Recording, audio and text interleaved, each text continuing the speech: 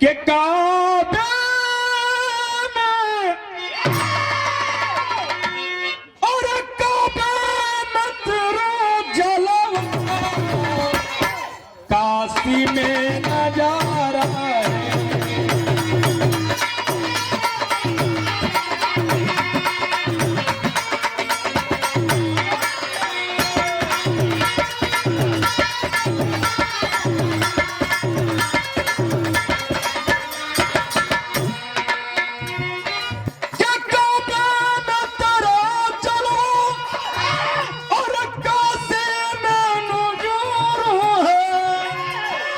कि हमें वो भी और हमें वो भी प्यारा है, हमें ये भी प्यारा है।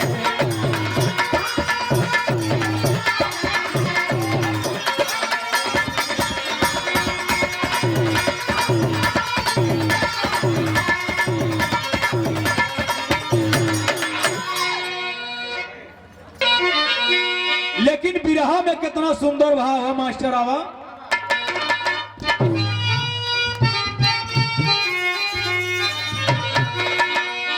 के मोहन संग और मोहन संग में पांडो माता पास आए हैं।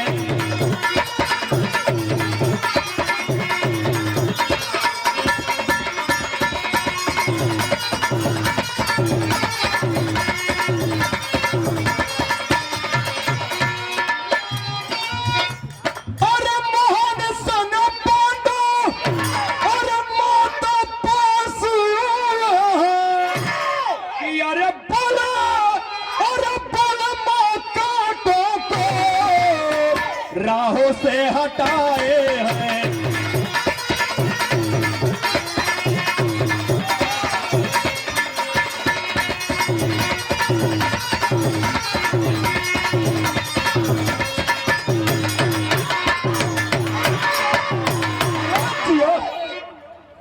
पांचों पांडव महाभारत के लड़ाई कुरुक्षेत्र के मैदान में कौरवन के खेत के मार के पांचों पांडव आके माता कुंती के सामने भीम गदवा फेंके, अर्जुन गांडूधारी गांडू फेंके। कहा कि अरे माँ, हम लोगों के मार्ग में जो कांटा था, जो ब्रेकर, जो ठोकर था, वो साफ हो गया।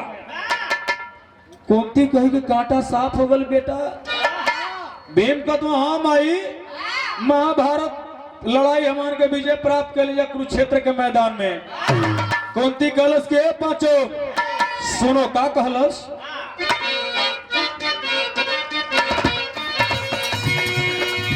कही कुंती की दुर्योधन को किसने मारा है, सबसे वीर पुत्र तो वही हमारा है। उसी की आज शाम आरती उतारूंगी, भरत वंश के चिराग को मैं बारूंगी। अभी दुर्योधन को कौन मारा है? दुर्योधन ताकत हुए अर्जुन की ओर की भैया तू मरला है। अर्जुन ताकत हुआ भीम की ओर। भीम का तो सरवा हम मरबे न कैली, अर्जुन का तो हम मरबे न कैली। सभी खामोश हुए, बात नहीं आती है। कुंती के हृदय में वेदना सताती है। मैदानी जंग में कुरपत नहीं मिला माता, डर कर भाग गया होगा हमसे हिला माता। कहीं कुंती बोलो कैसे विजय तुम्हारी है, कहीं कुंती बोलो कैसे विजय तुम्हारी है। अभी तो हस्तिनापुर का छत्रधारी है।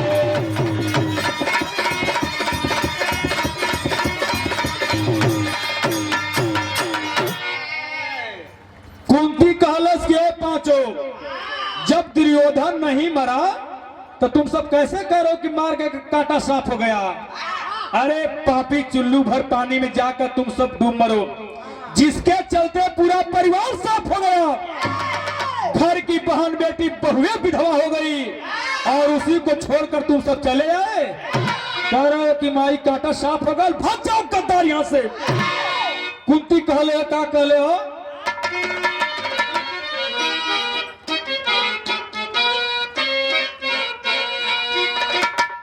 अरे कोई वीरा कोई वीर कहाने वाला नहीं रे।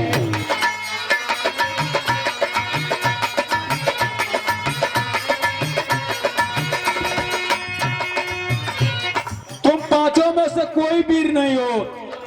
और तो धमाना पांचों को पिलाया, और कोई कीमत चुकाने वाला नहीं रे कोई वीरा।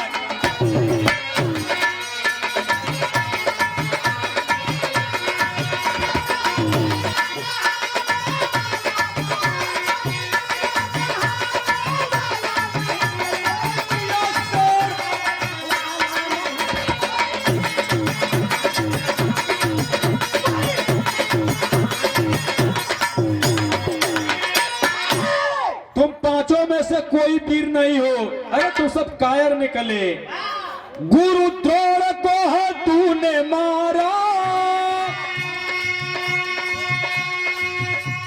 अब दादा को सैया पर तूने सुलाया, और चल भर पाने में जाट मरो। अरे कोई सारा कहने वाला नहीं रे कोई वीरा।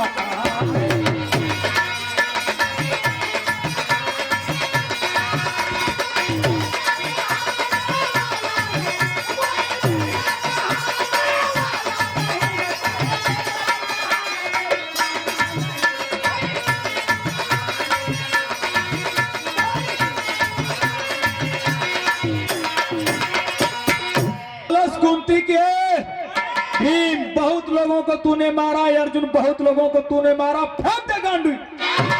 अरे भीम गदा फेंक, आजा साड़ी पहन के घर में बैठ। लेकिन जब मरलस बाबू कुंती पांचों बेटवन के ताना, तो उसमें का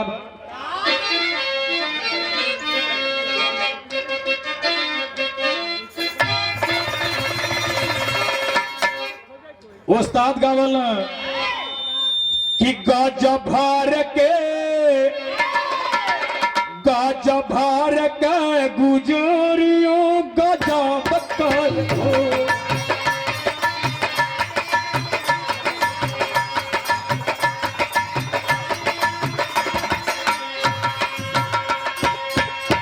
लेकिन कुंती कहते का कहते पांचों बेटवन के नहीं, पांचों पांडव भीम ताकत हुआ अर्जुन की ओर, अर्जुन भीम की ओर कि माई का बातिया हो याद हो गई।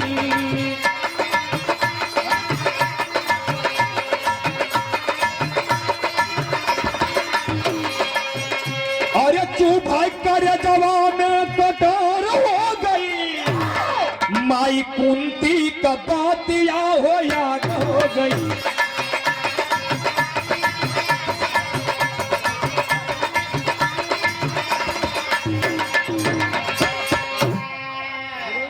और समय ले आप लोग कर। ये बाबू हर पांचों पांडव कहना कि माई का बतिया करजवा में बेधा थे। भीम कहना चला पांचों भाई भगवान कृष्ण के लेके चल देना। आज जब चल देना खोजो वही जंगल में, आज दुर्योधन के खोज कर हम लोग मारेंगे। आज जब जंगल में पहुंचा तो सवेरे एक बहेलिया मिलल।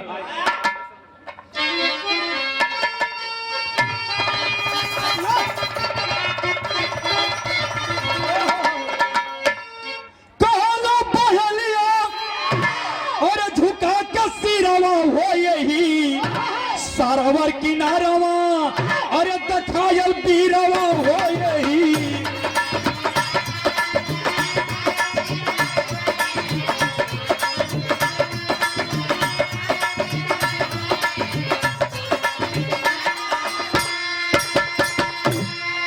एक बहेलिया मिलल जंगल में। धर्मराज हाथ जोड़ के पूछने कि भैया कोनो वीर दिखला हो। जखम से चूर खून बहादुर रंग से, अब भागा जा रहा था मालूम फर कर कटंग से।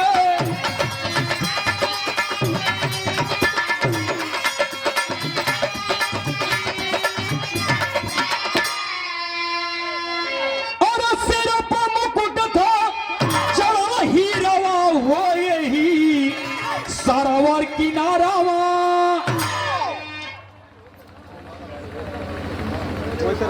आदरणीय फ्रेंड सदस्य मान्यता राम दुलार बिन ड्राइवर पिपरही की धरती से 51 रुपया भैया के प्राण पलगी बाबू हमारे पहुंचे। बहेलिया कहलस कि इसी मान सरोवर के किनारे में एक बहुत बड़ा वीर को देखा। उसके शरीर के हर एक अंग से खून बह रहा था। जब इतना बतिया भीम जब सुनो तो कन्हैया पर गदवा लेके कहना काटी।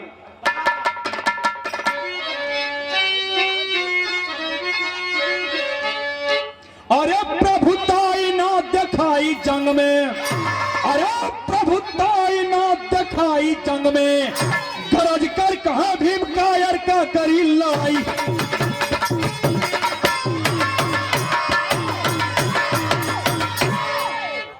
भीम कहला कि सरवा कायर का लड़ी। जब मानसरोवर में जाके छिप गल तो का सामने आई। चला गया है सही बात बता के व्याधा अपने धाम। अरे क्षण में पांचों भाई पहुंचे माधव मुकुंद मोहन श्याम। जल में बैठा दुर्योधन, जल में बैठा दुर्योधन जब थम्मन सिद्धि आराम। झूम रहा लक्ष्मी के जाप में लेकिन पूरा हुआ न एको का। दुर्योधन बैठ के वही जल में माई लक्ष्मी का पूजा करत हो। एको काम ना सफलता ना मिले थे। लेकिन भीम जाए के मान सरोवर के किनारे गरजत हुआ। कैसे?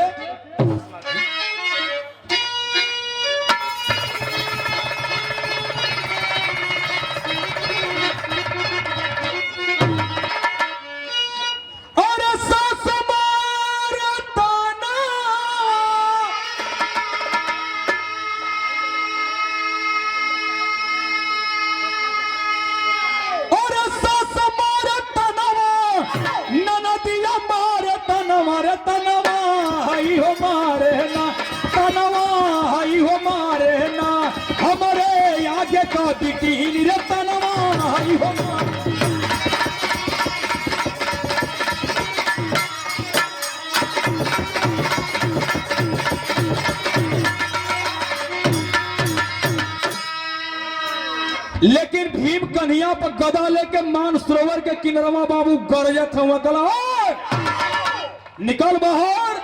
कैसे गरजत हुआ? और भीम बलवाना, और भीम बलवाना होके तालते छनवा। तोर गु मनवा तोर बहना, तोर गु मनवा तोर बहना। पछी पले चल के दरमिया नवा तोर गु मनवा।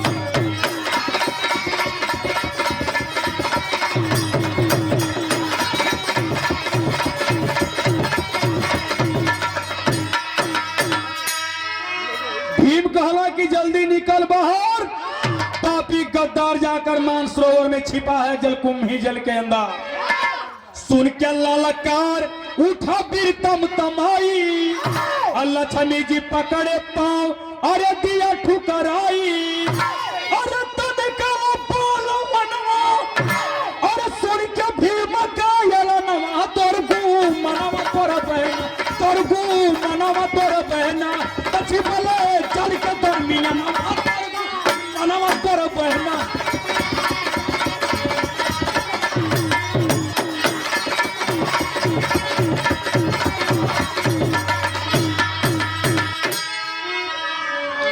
भीम का जब ऐलान सुनलस दुर्योधन बाबू पानी के हटाए के जल से बहरे आल। और जब जल से बहरे आल लक्ष्मी जी पांव पकड़ता है। लेकिन भीम का ऐलान जब सुनल दुर्योधन तो मार पानी हटा के खड़खड़ा के निकला। मालूम पड़ा कि भैंसा मड़िया में ले आवत है निकल गए। और जाए के दुर्योधन एकदम भीम के सामने खड़ा बरकला। क्या समझ रहा है कि तुझे देखकर मैं जाकर छुप गया था? अरे पापी आज तो यार पार होगी। कैसे कहलस?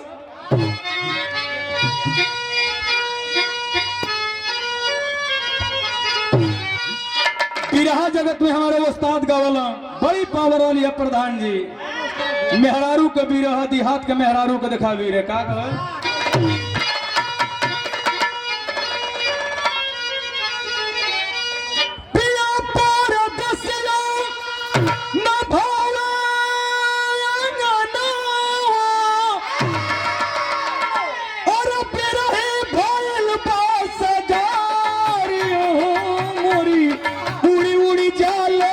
चरिया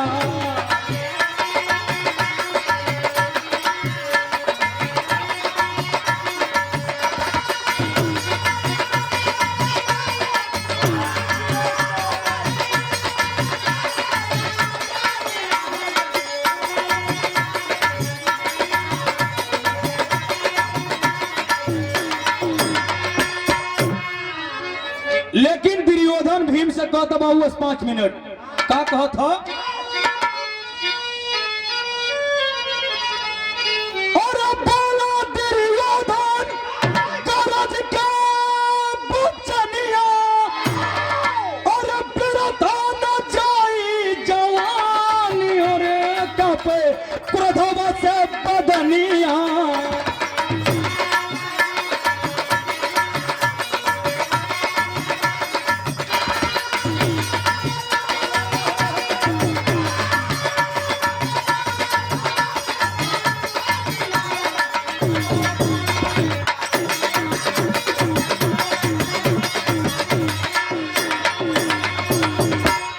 एक तरफ भीम एक और दुर्योधन बाबू दोनों में बात विवाद छिड़ल हो। बात विवाद बढ़ावे ले खार हो और दोनों बहादुर उछलते या पार हो।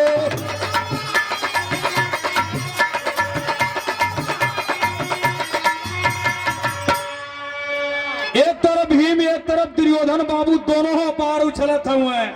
लेकिन वो समय दुर्योधन कले भीम के काम और देखो बाजू रे बाजू और देखो बाजू की ताकत तुम्हारी और कितना हत्या में पानी और कापे क्रोधवा से बदनिया।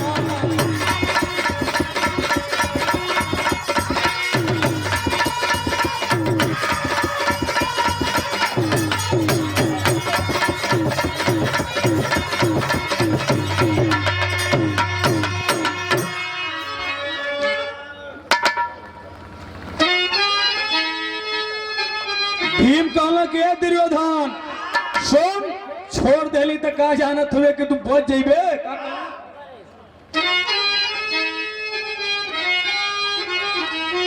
अरे कहा भीम मारेगे तुझे रगड़ के पकड़ के चढ़ के सीना पर और उखाड़ लेंगे दोनों भुजा पकड़ के चढ़ के सीना पर। भीम कहला कि चिन्हावा सिनेमा पर चढ़ के तो दोनों पहिया उखाड़ लब जरिए से और उखाड़ के टांग देव कन्हैया पर। और कुल का नाश करा के और पापी बैठा पानी अंदर तू और तेरे अंदर एक बूंद ना बनता यहाँ समंदर तू। तो लाज नहीं आती है और भगता चढ़ के पढ़ के सीने पर और कायर करता बात हमेशा गढ़ के चढ़ के सीना पर।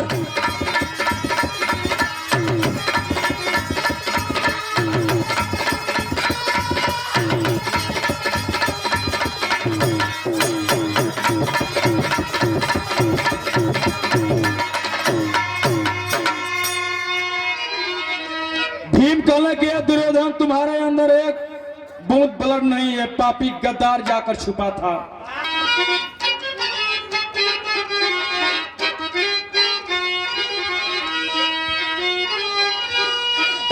और भले ही परेशान होला धर्म धरती पर लेकिन पराजित नहीं होला हो सूजा।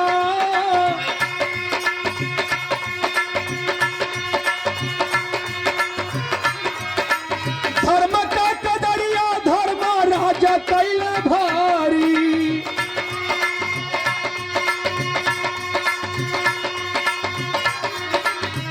बोले हाँ सहदेव से तुरंत श्रीमान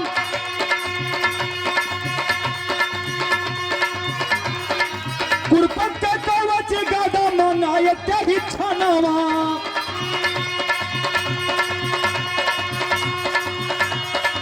कुरपत को दिए हैं उस बारह गुणवान। ए बाबू भगवान कृष्ण जाकर दुर्योधन और भीम के बीच में खड़ा हो गए। अरे दुर्योधन खबरदार और अरे भीम खबरदार, इस समय दुर्योधन निहत्था है, निहत्थे के ऊपर वार नहीं करना, अनर्थ हो जाएगा, अन्याय हो जाएगा। उसी समय बाबू सहदेव के भेजे के सहदेव जाओ दुर्योधन का कवच और गदा लाओ। कवच और गदा लिया कर बाबू जब भगवान कृष्ण दुर्योधन को दिए, दुर्योधन और भीम में जब लड़ाई भई उसी समय भगवान कृष्ण धूप तोड़ कर इशारा करते हैं कि अरे भीम मारो जंघा पर। और जंघा पर जब मारे उसी समय बलराम स्नान करके आ रहे थे। जब देखले कि दोनों चलवा हमार, लेकिन लगा था कि जना तक कृष्ण में छल कैले हुआ लेके हर दौड़ना भीम की ओर। और जब हर दौड़ना लेके मारे बदे भीम के, तो भगवान कृष्ण हाथ जोड़ रहे हैं, बीच में खड़ा होकर क्या कहले,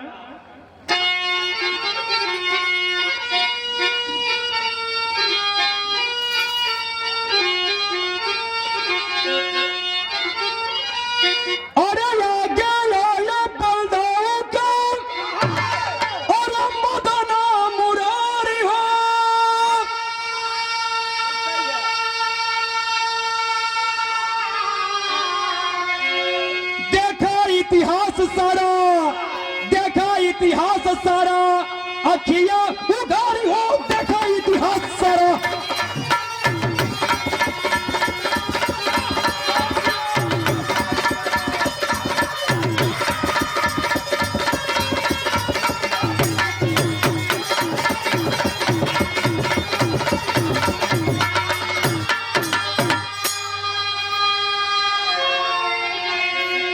भगवान कृष्ण कहले के भैया बोल दू एक इतिहास ना जानत हुआ, कितना गंदा कर इतिहास हो। एक इतिहास सुना बता,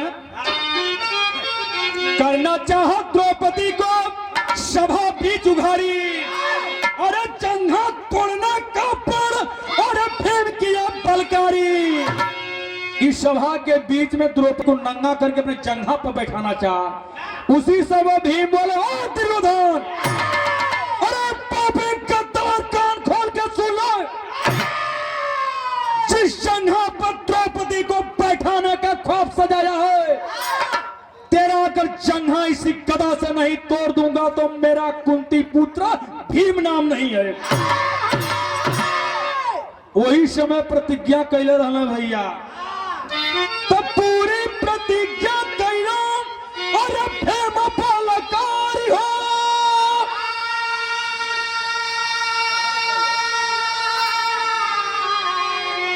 देखा इतिहास सारा, देखा इतिहास सारा, तयखिया उघार हो, इतिहास सारा।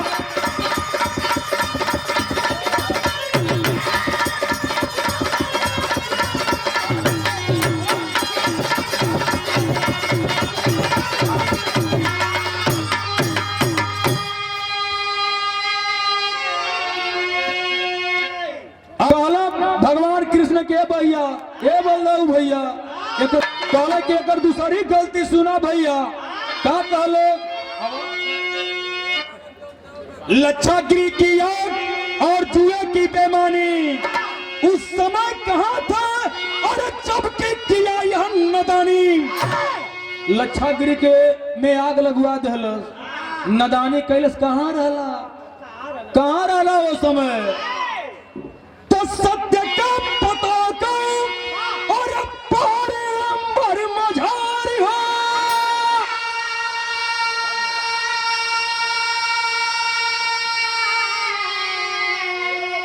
तो देखा इतिहास सारा, देखा इतिहास सारा, तयखिया उघारी हो, देखा इतिहास सारा।